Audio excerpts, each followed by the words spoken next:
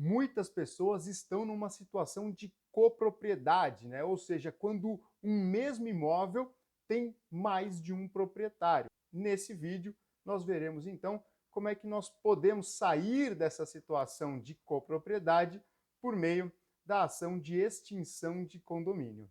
E para isso, eu vou dividir esse vídeo em três partes, né? Na primeira parte, nós falaremos sobre quem pode ingressar com a ação de extinção de condomínio. Na segunda parte, né, nós falaremos sobre o procedimento, né, como é que funciona o processo de extinção de condomínio. E no final, na terceira parte, nós falaremos sobre os cuidados que nós temos que ter ao ingressar com essa ação. Então vamos começar falando de quem pode ingressar com a ação de extinção de condomínio. A lei diz que qualquer proprietário pode ingressar com a ação de extinção de condomínio. Mas cuidado, porque isso é o que a lei diz. A construção jurisprudencial, ou seja, né, o nosso poder judiciário interpretando essa norma, tem outros entendimentos. Ora, afrouxando esse entendimento, ora, tornando ele um pouco mais rigoroso. Vamos falar aqui de duas situações muito comuns: da herança e do divórcio. Essas são duas situações muito comuns, né, em que nós temos a formação de um condomínio, né, a formação de uma copropriedade. Bom, vamos começar falando então da herança, né? O STJ tem entendido que não é possível a extinção de condomínio quando sobre o bem recai, né, o direito real de habitação. O que é o direito real de habitação?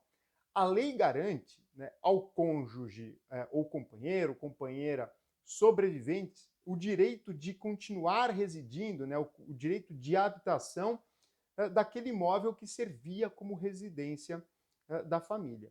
Então, se o cônjuge sobrevivente, né, se o companheiro ou companheira sobrevivente resolverem continuar naquele imóvel, continuar residindo naquele imóvel, não é possível a extinção de condomínio. Por quê? Porque é conflitante, né, o direito de extinção de condomínio com o direito de habitação daquele cônjuge sobrevivente, né, daquele companheiro, daquela companheira sobrevivente. Mas o mesmo, né, STJ tem entendido que no caso de divórcio, sim, é possível a extinção do condomínio, mesmo que um dos cônjuges continue residindo naquele imóvel. Bom, vamos para a segunda parte, então, do nosso vídeo. A segunda parte trata do procedimento da extinção de condomínio. Como é que funciona o processo? Primeiro, aquele proprietário que quiser, né, extinguir o condomínio vai ingressar com a ação judicial, vai pedir, né, vai informar quem são todos os coproprietários, né, todos os proprietários daquele imóvel e vai indicar, né, qual é o valor daquele imóvel ou daqueles imóveis, né, que pretende-se realizar a extinção do condomínio. Citando-se cada um, né, daqueles proprietários para que eles ingressem no processo, para que eles se manifestem no processo, apresentem as suas defesas, né, o juiz, numa primeira oportunidade, ele vai tentar sempre uma conciliação, ele vai tentar ali sempre um acordo entre os coproprietários, né, vendo quem é que tem interesse em ficar com o imóvel, né, em adjudicar aquele imóvel, em pagar para outra parte, né, para que se resolva de uma forma amigável esse conflito. Não sendo possível um acordo, de forma imparcial, será chamado um perito judicial que realizará a avaliação dos bens. Depois de realizada a avaliação dos bens, esses bens serão leiloados, né? Será então designada uma asta pública para que esses bens sejam leiloados. Aqui um ponto importante. Se um terceiro deu um lance para arrematar aquele bem e um coproprietário, né, um dos proprietários, igualar esse lance, ele tem preferência na aquisição desse bem. Então, esse é um ponto muito importante, né, numa ação de extinção de condomínio.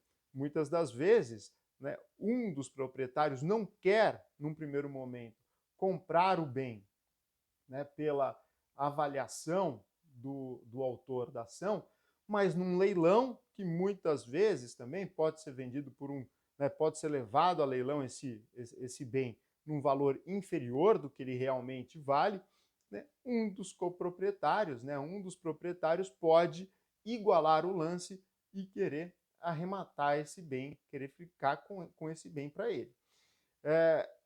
Outro ponto importante é que, no caso de empate, né, entre proprietários, existe também um critério de desempate. Se dois proprietários quiserem ali exercer o direito de preferência, existe também um direito de preferência entre os proprietários. Quem tem preferência é aquele proprietário que mais investiu no imóvel. E aí, depois da arrematação, como é que funciona? Cada proprietário, de acordo com seu percentual, né, naqueles imóveis, tem o direito de receber os valores que foram arrecadados por meio do leilão. Então, se você tem ali 50% e o outro proprietário tem 50%, cada um vai ficar com a metade do que foi arrecadado em leilão. E a terceira etapa aqui do nosso vídeo, né, a mais importante, os cuidados que nós temos que ter antes de ingressar com a ação judicial, né, antes de ingressar com a ação de extinção de condomínio, né, os cuidados e a informação que é importante que nós tenhamos para tomar a decisão correta. Primeiro, é com relação à avaliação do patrimônio, né, a avaliação dos bens que serão objeto da ação. Então, quando nós ingressamos com a ação judicial, é claro que o autor tem uma ideia de quanto vale aquele patrimônio que ele quer ter a extinção de condomínio. Mas tudo vai depender da avaliação que o perito vai conferir a esse patrimônio. Então, um dos cuidados é o perito, ele pode sim realizar uma avaliação muito abaixo do que a parte entende que aquele patrimônio vale.